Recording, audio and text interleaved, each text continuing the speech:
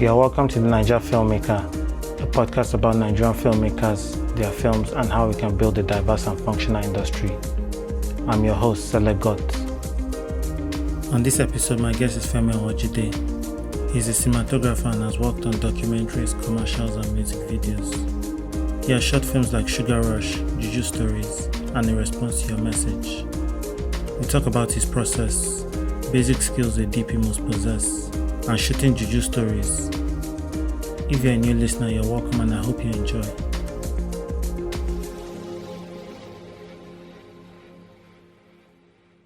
Hi Femi, you're welcome to the Naija Filmmaker. Thank you, Selen. Good to finally meet you. Yeah, same here. Yeah. Okay, so can you introduce yourself? Well, my name is Femi Awojide. I'm a cinematographer, and I work across commercials and narratives, music videos, and documentaries. I was based in Lagos, but now based in London. I work out of London. Okay. All right. Can you tell us, how your journey into filmmaking, cinematography, how it started? Yeah, it's quite an interesting one. I think it was a couple of times, I led here. I didn't think it was, I didn't feel like I started one day and said, oh, yes, it was going to be cinematography that I'll choose for a career. I started first in IT and then later moved to a degree in physics, electronics. Yeah. And then from physics, I got into advertising. Actually was in advertising from NYSC, and also happens to be one of those places I've always said I would love to work. So I really liked the challenge or like the opportunity that gave me. So I was initially in like strategic planning, diving, and always I kind of always told the head of departments or like the company head that I would really love to do multimedia because I think I'd been interested in multimedia already. Yeah. And knew one or two things, but I didn't have a lot of experience in it, or I didn't even train for those things yet. But I'd been maybe flirting with maybe like little animation or design with I think back then it was Fireworks before and Photoshop, and then maybe like little web design and things like that. So I got really interested in multimedia when I saw the guys in multimedia department, then the way they worked, the way they go out sometimes, even the way they dressed, like because the other part of the advertising agency was asked to be in like corporate casual and corporate casual. Is that how you said? Yeah. And they would usually just be casuals. They wore anything, they wear shorts and go out, take the camera out, animate really cool stuff. So I got really fascinated by that. And then later, I think a year after I got into the company, I had the opportunity to move into multimedia, and I started working in that space and learning. And then eventually I decided to go for a master's degree in something similar, which was here in London. I was in 2010.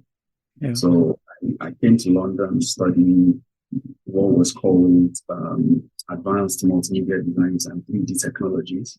It was more or less a post-production course. Like we had visual effects and all those things and some programming in there.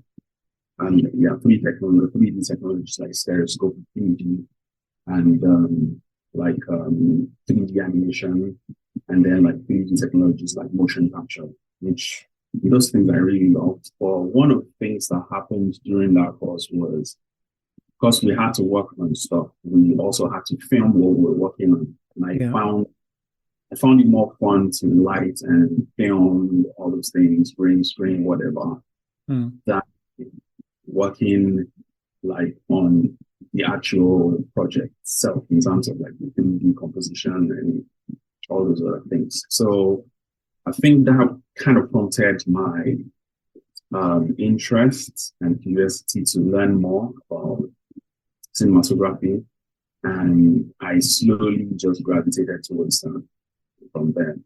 Yeah. Of course, I moved back to Nigeria, and I just decided I was going to start filming. I was still doing those post-production stuff for money, but I graduated to a point where I just took out every other title from my profile, just called myself a cinematographer eventually. Yeah. Okay. So what was your first job as a cinematographer? Was it like a friend's short film? What was that for you? First job as a cinematographer, I wouldn't even say maybe like, I think it was more of a content kind of job. I think, was it a documentary? Yeah, I think it was a documentary. I think it was a documentary for a logistics company. Yeah. Was it Red Star or something then? Yeah. It was a documentary job for a logistics company, and I directed and shot it too. So Yeah. with minimal,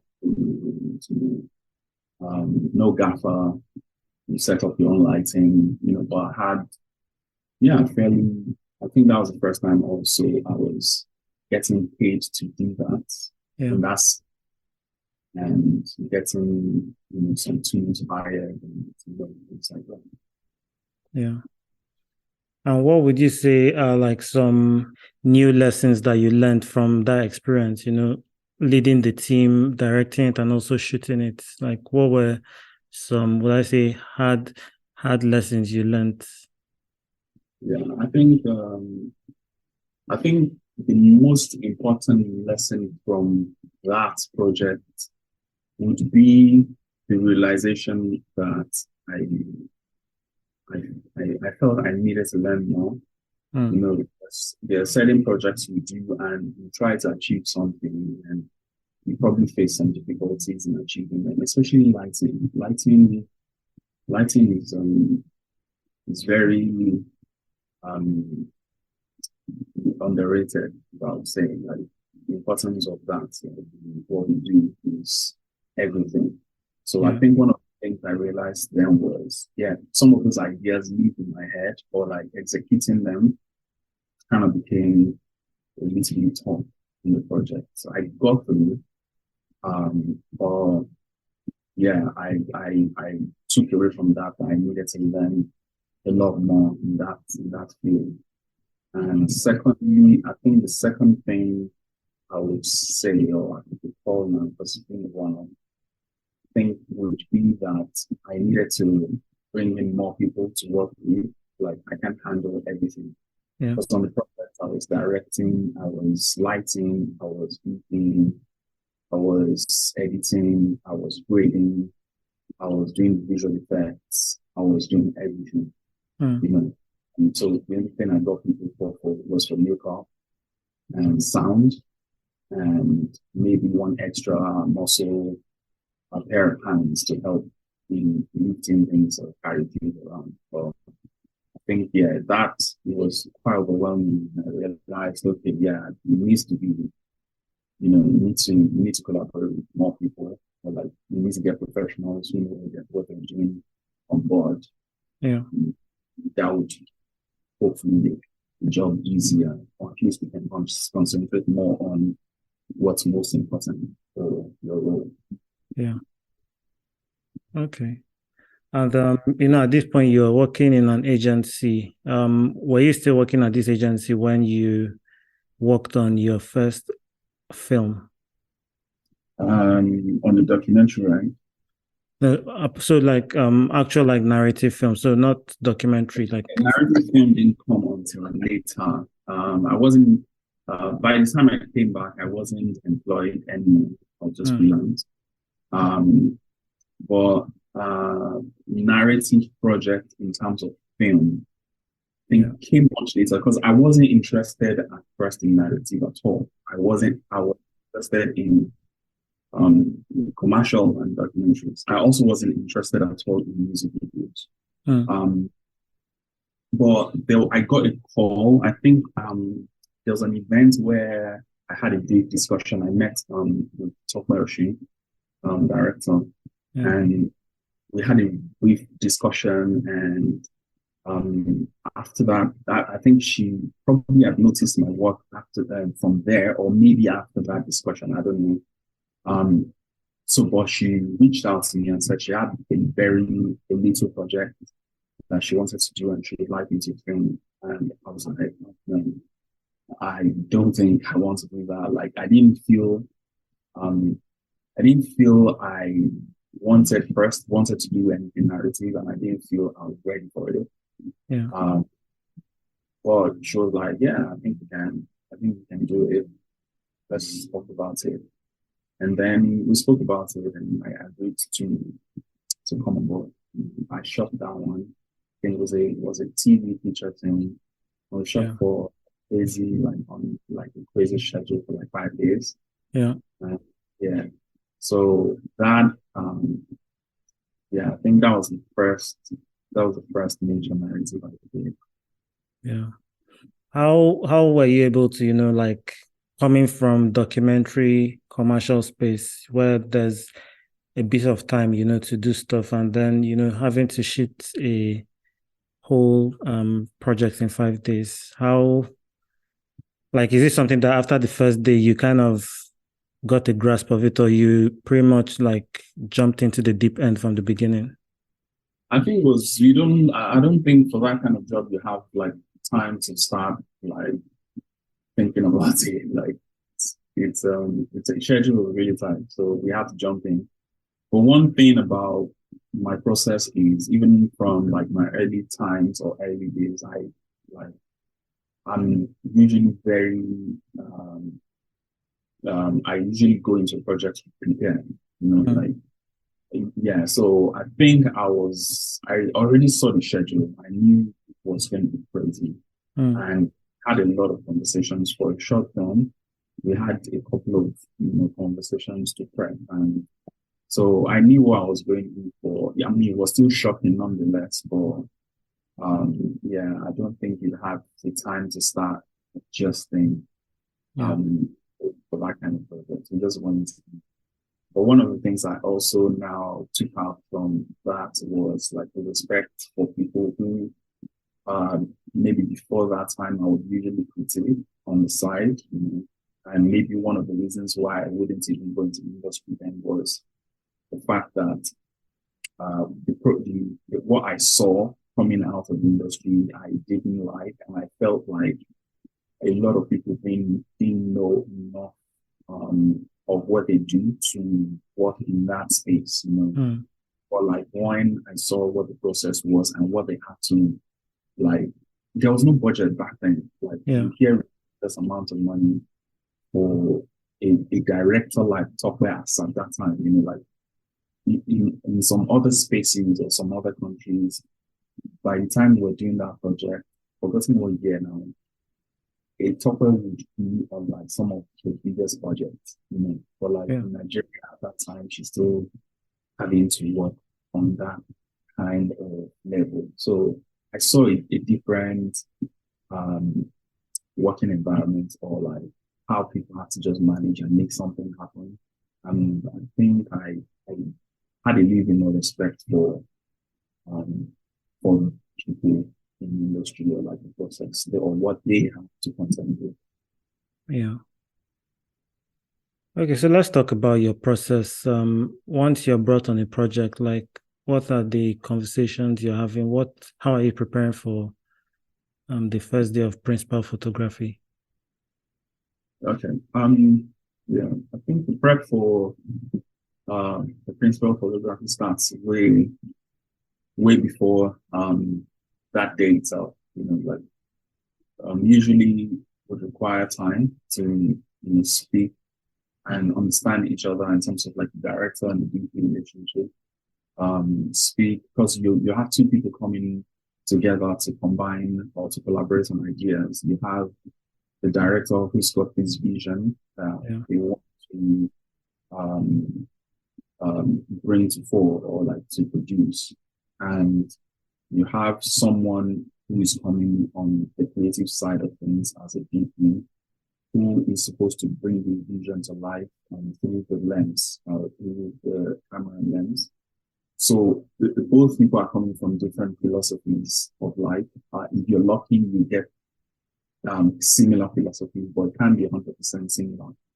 So you're trying to understand each other first, kind of like a courtship, like a relationship. You know, each other out, understand each other first, and what makes this person tick, and what are the director's sensibilities. You know, you test sometimes with ideas.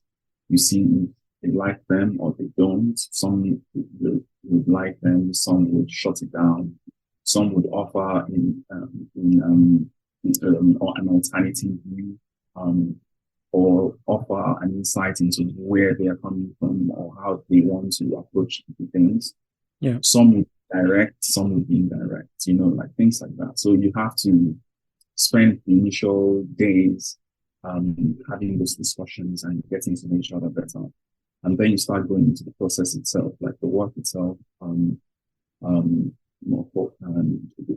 the help of like references from either arts works or music for some directors. I worked with a director earlier this year, and the first thing the director sent to me was music, his playlist, and I had to listen to the playlist first, and you know, which is quite different.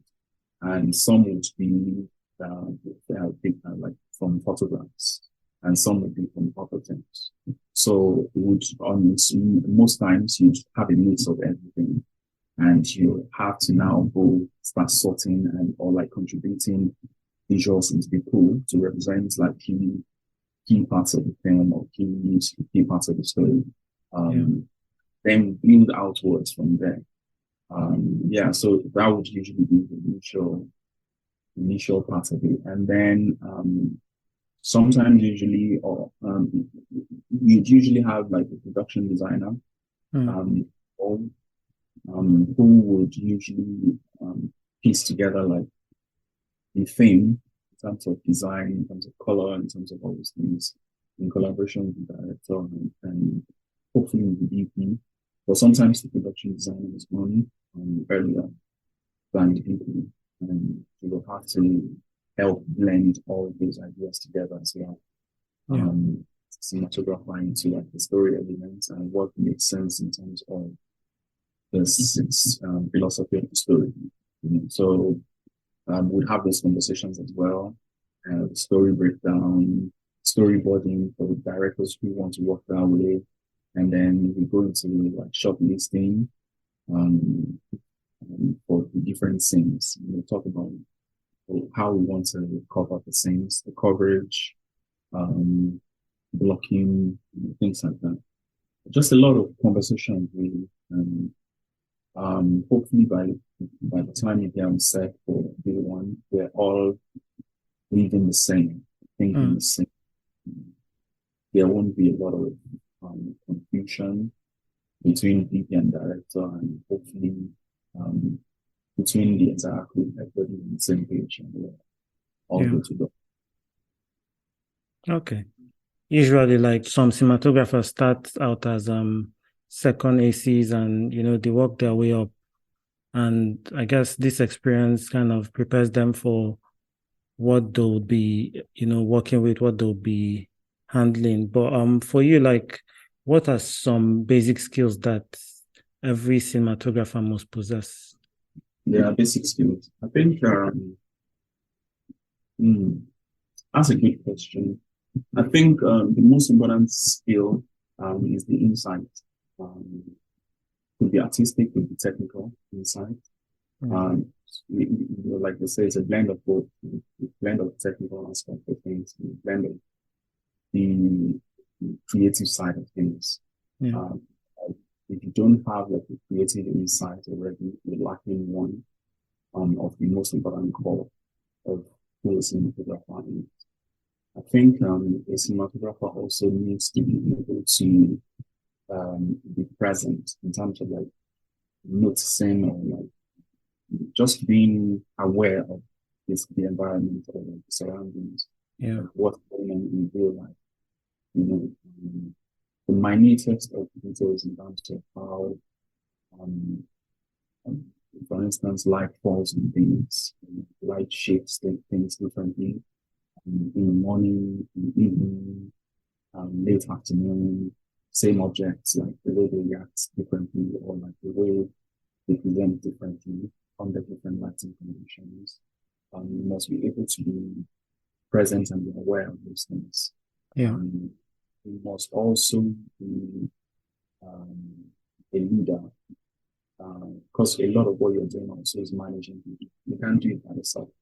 So you need to be able to uh, have that leadership qualities or those leadership qualities to be able to carry a team along and be able to communicate like very effectively to the team.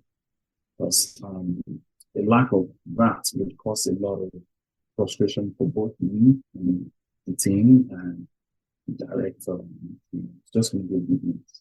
So you have to be able to communicate. Yeah, just I think um, basically what you look for if you're trying to hire a good person for a role or a leadership role, really, Yeah. um, or core things. You know, you try to receive the attention to details, all those things like similar things for. Okay. All right. So can you mention 3 random facts about yourself? Random facts. Yeah, random. Nah, I don't know. I don't know if I have random facts, but I'm as simple as you see me. Mm-hmm. So yeah, but Okay. yeah. So like what is your favorite genre of music? Now I do not have favorite genre. I think I just I go by feel. Yeah. Um, Today I'm playing Afrobeat. Tomorrow I'm playing some weird choir music. Hmm. Something big things jazz. You know, it's just a mix for me. Yeah. Okay. So hopefully this next one you'll be able to answer. Can you mention like a favorite movie or TV series that you are happy to, rewatch in the event that you were stuck on an island? Ah, that question. I think the first Jurassic Park. Yeah. That's one I go to like quite a lot for a lot of reasons. Um, yeah, I think in terms of imagination, I think that was the first time I was seeing anything like it. Yeah. And also it's the first time like 3D was used in the movie, like 3D animation, computer generated imagery was used in the film. Yeah. So yeah, that is that's a big one for me. Um, there's a film, there's a musical called Moulin Rouge, Okay. Yeah. musical, and that I don't know what it was about it then. I don't think I was even like thinking cinematography then, but the Hmm. colors really grabbed me. I don't think I've ever seen anything that colorful. And it was, yeah, I thought about that for a long time. And I always go back to it sometimes to watch it. Yeah. That, yeah, that one. Yeah. There are probably, maybe if you ask this question another day, I'll have some other or another opinion, but Yeah. yeah, it's still come to mind. Okay. Most times on a project, the director tends to be sometimes the least experienced because, technical crew, camera crew, sound crew, move they move across projects more often than a director would. For you, like what kind of makes for a great director cinematographer collaboration? Mm.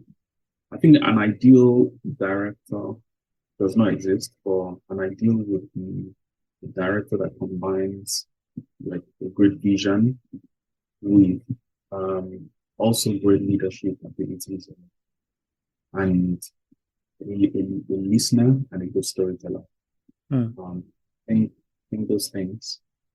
Um, yeah, like good temperament, um, and yeah, just really hardworking, like making sure the story they have in mind, you can see it comes to life. Um, Yeah. yeah, Okay. I think the director is quite similar in terms of what they need to be to a cinematographer, to be honest, and in terms of like temperament, in terms of like sensibilities, Yeah. they're quite similar as well. Okay. And so yeah, you mentioned that you completed a master's degree in advanced multimedia and 3D technologies with a bit of visual effects. Having this experience and that background, how do you think it has influenced the way you work? Yeah, I mean, it has it's a very useful skill set to have as a VP because you see all the ends, all the different sides of things. Mm, Um, like yeah, from pre-production, you're already thinking of composition or compositing in terms of visual effects if it's needed. You're also already thinking of technical difficulties you may experience in post-production. Um, transitions and things like that. So it helps usually when I have discussions with like visual effects supervisors or artists yeah. before projects. They are usually happy that I can speak their language directly. Mm, And the project I did, like it's like 2 years now, and it's not released yet, so I don't know if I can talk about it. But yeah, so had a meeting with the visual effects, the visual effects company in New York, and mm, they were really happy about how we could easily talk about things, and eventually we decided not to hire a supervisor here for the okay. project, and asked me to do light references myself. Yeah, usually helps. Usually helps. Okay. And what would you say is the cinematographer's role during post-production, especially the color grading phase? Well, yeah, I mean, because when you're coming from your pre-production, you're building a treatment, building a mood board for how you want these things to turn out. You're building like color palette, you're building all those things, and your job doesn't finish at the film because you still now have to make the footage you captured comply with the idea you had in terms of how it comes out in the end. You don't see a log, you get like Yeah. you see again, vision is vivid. So you have to bring those raw captures and edits and all those things. And sometimes even guide in the post-production process like editing because you and the director had some conversations and you're both trying to make it um, into that final thing that you guys discussed. Mm, Sometimes you have to step in. If, for instance, director needs help with communicating some of those things to team, post production team. But yeah, the job doesn't finish until the visual is achieved. okay. So let's talk about Juju Stories. You were shooting three different parts of this one film.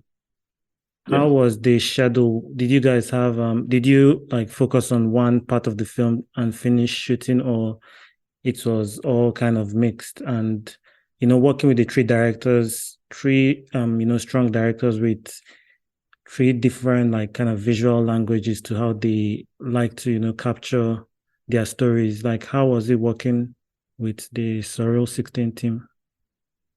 Yeah. It was a good exercise to have like at first there are three different stories. You know, Yeah. so that helps. They're still separate. The scripts came in. I think I got the script for Suffer the Witch first.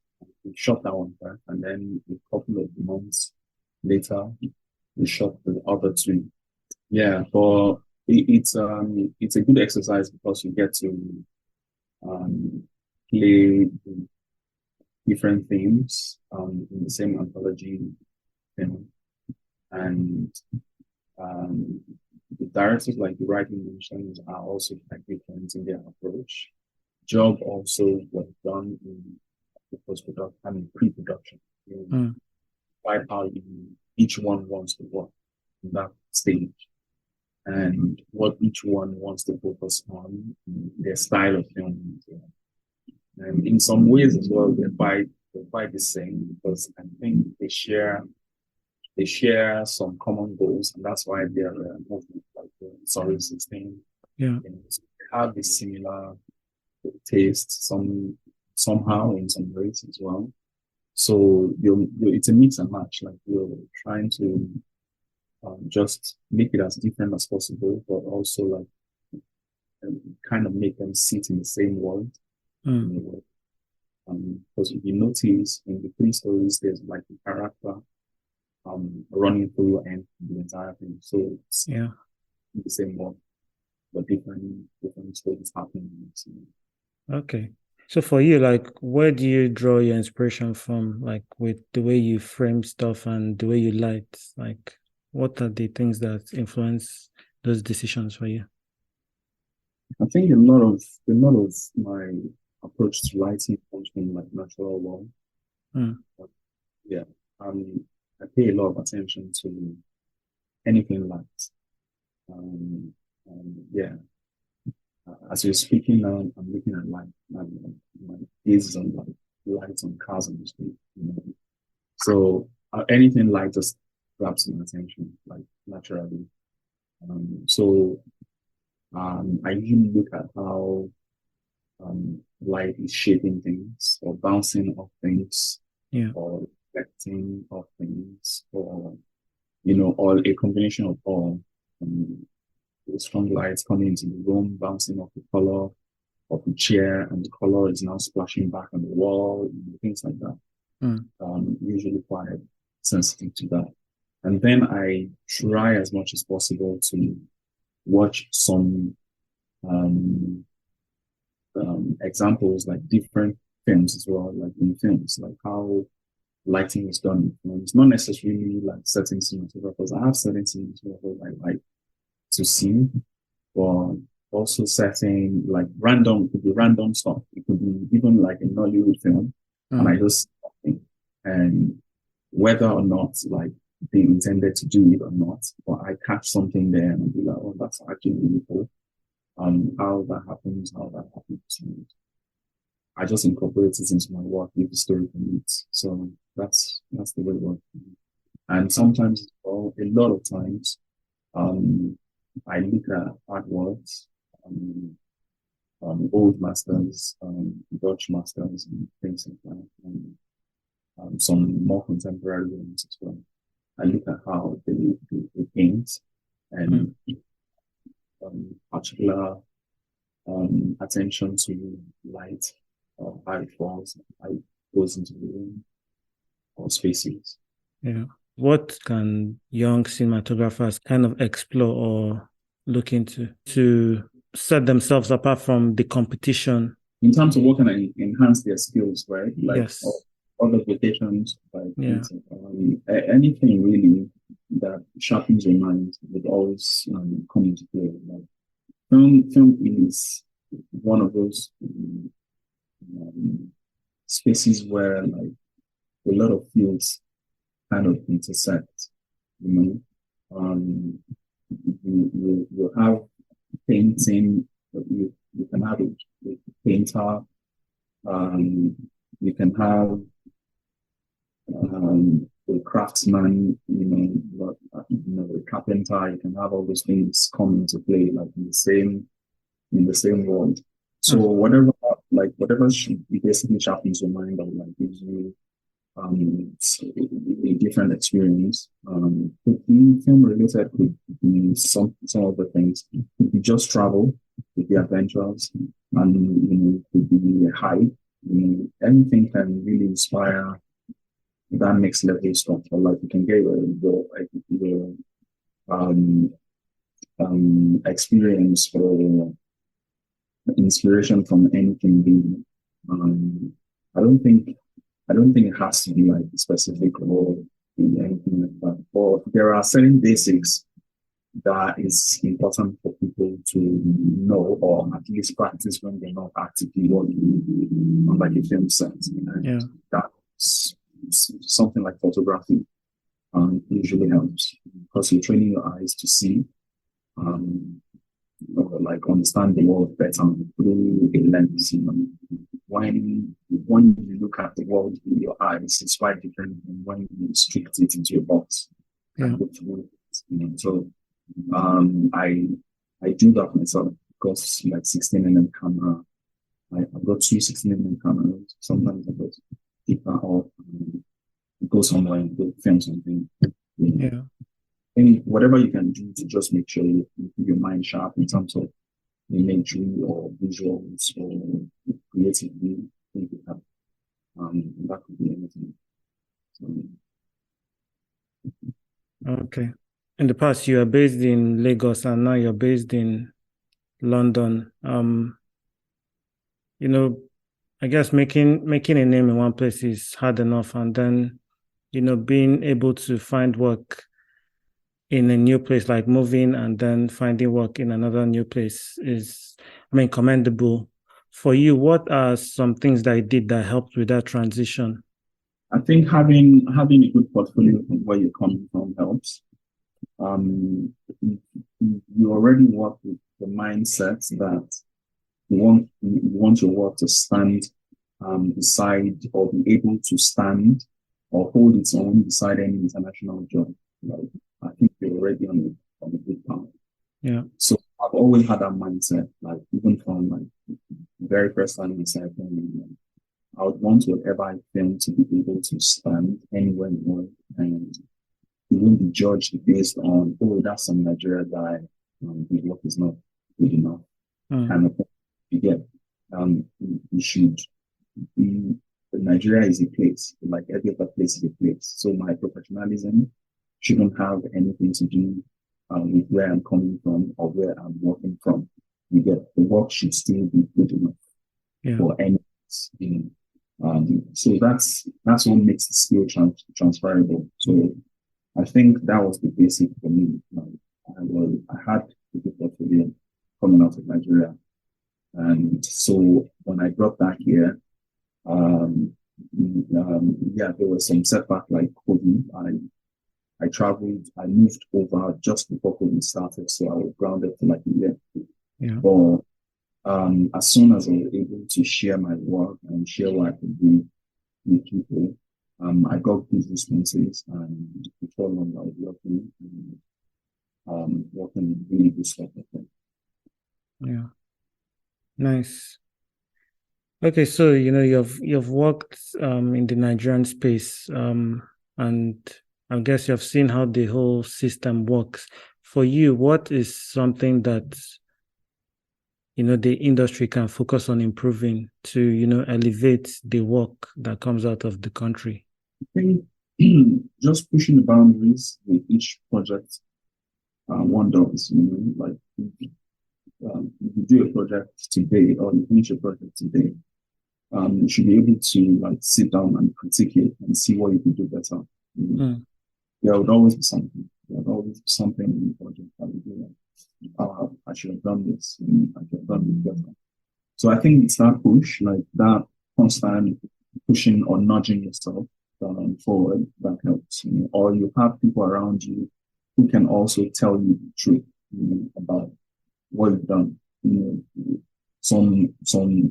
I have some friends that would be able to say to me, "Oh, bro, that's shit," like, and would laugh about it. Sometimes, yeah, it could be embarrassing, and sometimes they have a reason for it or excuses, but it's all right as long as you know that you can improve on it. That's great, but you should always have people around you who are better, who can point it out, or even maybe on the same level, who both can, or you all can tell each other the truth about things. Oh, you could have done this, or you could have done this better.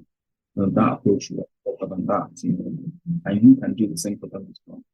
So, but also, um, just having the drive by yourself to improve, I think is what would make the industry better. I already see like a lot of cinematographers in Nigeria, like kind of what they're producing right now, can stand anywhere. That's the truth.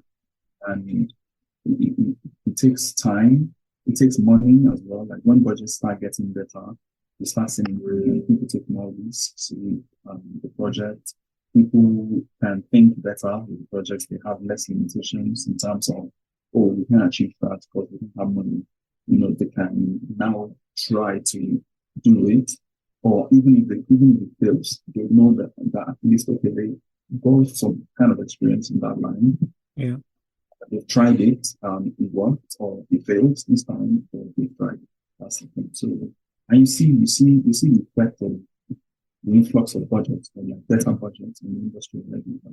Yeah. People producing better jobs, we're seeing better technical know-how, better crew, an influx of also cinematographers from outside, or technicians or artists from outside the country coming into work in the space, which is usually a good indication of the progressive and creative industry.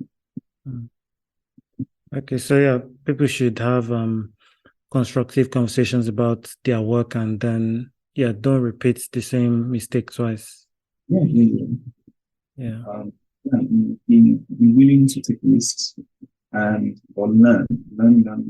Okay. Where can people find, your showreel, things you've worked on? I think it's easier to